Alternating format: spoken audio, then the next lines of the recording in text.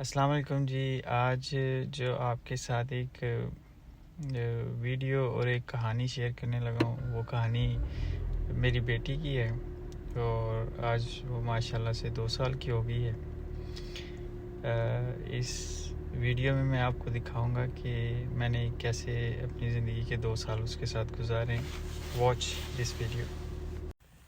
یہ میری زندگی کا وہ پہلا دن تھا جب میں نے ایک ایسی خوشی کو محسوس کیا کہ جو ناقابل بیان تھی، اور اللہ تعالیٰ نے مجھے وہ رحمت دی کہ میں نے جب اس کو اپنے ہاتھوں میں پکڑا اور اپنے سینے سے لگایا تو شاید میں نے زندگی میں وہ خوشی کبھی محسوس نہیں تھی کی.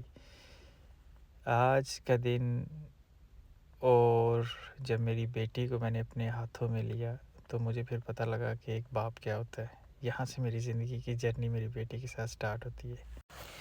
یہ وہ پھر ٹائم آیا کہ جب میں نے اپنی بیٹی کی پہلی دفعہ اس کے بال جو ہے وہ کٹوائے، جس کو ہم پاکستان میں کہتے ہیں جھن لگوانا. تو یہ بھی ایک بڑا خوبصورت میرے لیے وقت تھا جب میں نے اپنی بیٹی کو اپنے ہاتھوں میں اپنی گود میں لیا اور اس نے بالکل خاموشی سے بال کٹوائے.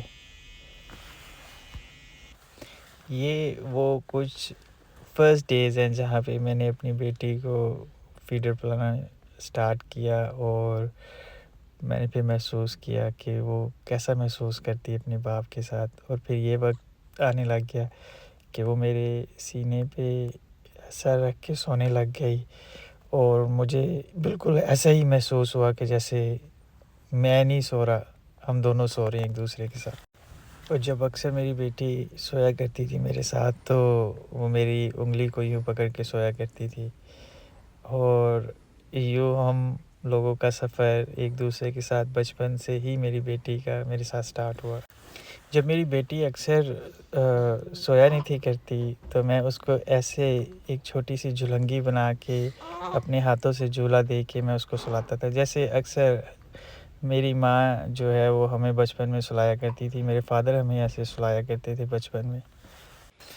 اور یہ فرسٹ ٹائم تھا جب میں نے اس کو اپنی بیٹی کو ایک رائس کی کھیر بنا کے میں نے کھلائی. یہاں پہ ہم ایک دوسرے کے ساتھ باتیں کرنے لگ گئے، سونے لگ گئے ایک دوسرے کے ساتھ، اور آہستہ آہستہ آہستہ ہم دونوں کی اتنی انڈرسٹینڈنگ ہو گئی کہ ہم ایک دوسرے کے ساتھ سوتے میں شرارتیں کرتے تھے.